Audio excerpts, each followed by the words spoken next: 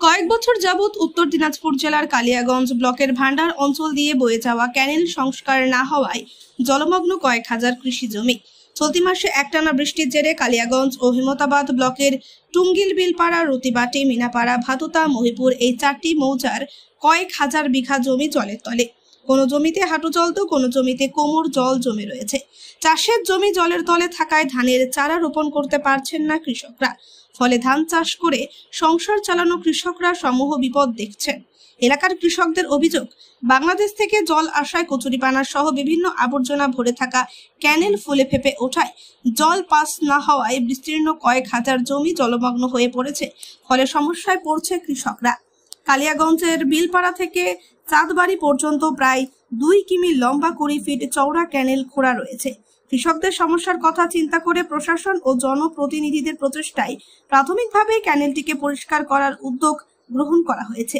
আজকে জেলা পরিষদের কর্মাধ্যক্ষ নিতাই বৈশ্য ও ভান্ডার অঞ্চলের প্রধান জীবেশ সরকার সহ স্থানীয় জনপ্রতিনিধিদের উপস্থিতিতে ক্যানেলটি জেসিপি দিয়ে কচুরিপানা ও বিভিন্ন আগাছাগুলিকে তুলে ফেলার কাজ শুরু হয়েছে। প্রশাসনের উদ্যোগে খুশি এলাকার কৃষকেরা।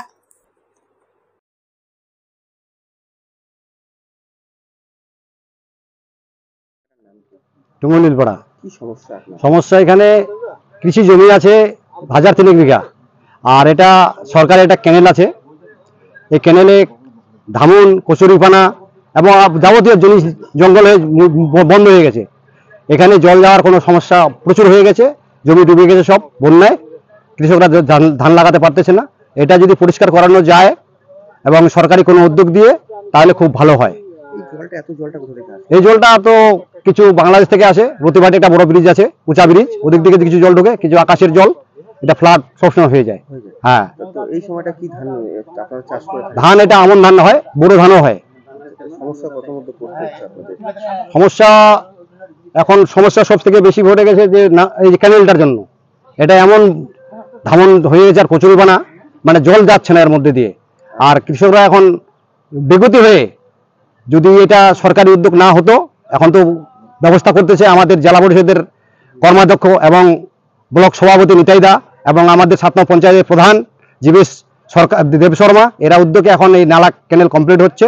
আমাদের অঞ্চলের বড় নেতা উত্তম ঘোষ, এদের সব উদ্যোগ নিয়ে নালা পরিষ্কার করা হচ্ছে আপাতত। হ্যাঁ, নালাটা পরিষ্কার করে দিব। নালা পরিষ্কার করলে জলটা কি নামবে? হ্যাঁ, জল নেমে যাবে এবং জমি সমস্ত ধানে লাগানো হবে এবং ধান ভালো হবে।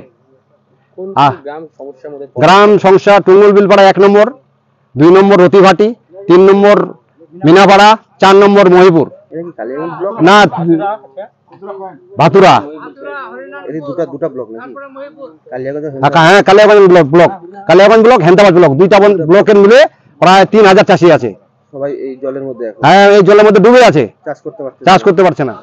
কি সমস্যা হচ্ছে এলাকার, কি দেখলেন? এটা আমাদের কালিয়াগঞ্জ ব্লকের ভান্ডার পঞ্চায়েতের টুঙ্গল বলে একটা গ্রাম আছে এবং পাশাপাশি হেমতাবাদ ব্লকেরও 3-4টা যে মৌজা আছে, সেই 3-4টা মৌজার মাঝখানে বিস্তীর্ণ এরিয়া, প্রায় 3000 বিঘার একটা বিল আছে। সেই বিলটাতে এই বৃষ্টির ফলে জলমগ্ন হয়ে গেছে। চাষের যে জমি, প্রায় 3000 বিঘা চাষের জমি, সেই চাষের জমি জলে ডুবে যাওয়ার জন্য কৃষক যারা ধান লাগাবে এই মৌসুমে, তাদের সেই ধান লাগানো বন্ধ হয়ে আছে। মূলত যে জায়গা থেকে সমস্যা, একটা প্রায় 2 কিলোমিটারের মতো ক্যানেল, সরকারি ক্যানেল, যেটা কচুরিপানা এবং জঙ্গল আবর্জনায় ভরে আছে।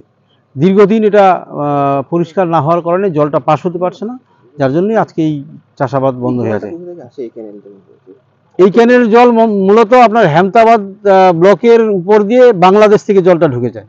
জলটা এদিক দিয়ে বাংলাদেশ থেকে ঢুকে হেমতাবাদ হয়ে আমাদের কালিয়াগঞ্জ ব্লক হয়ে ধীরে ধীরে সেটা টাঙ্গন নদীতে শেষ পর্যন্ত নেমে যায়। তো এই জলটাই ট্যাগ হয়ে গেছে মাঝখানে এই ক্যানেলটা সংস্করণ না হওয়ার কারণে। কতখানি জমি ক্ষতিগ্রস্ত হচ্ছে এখানে? প্রায়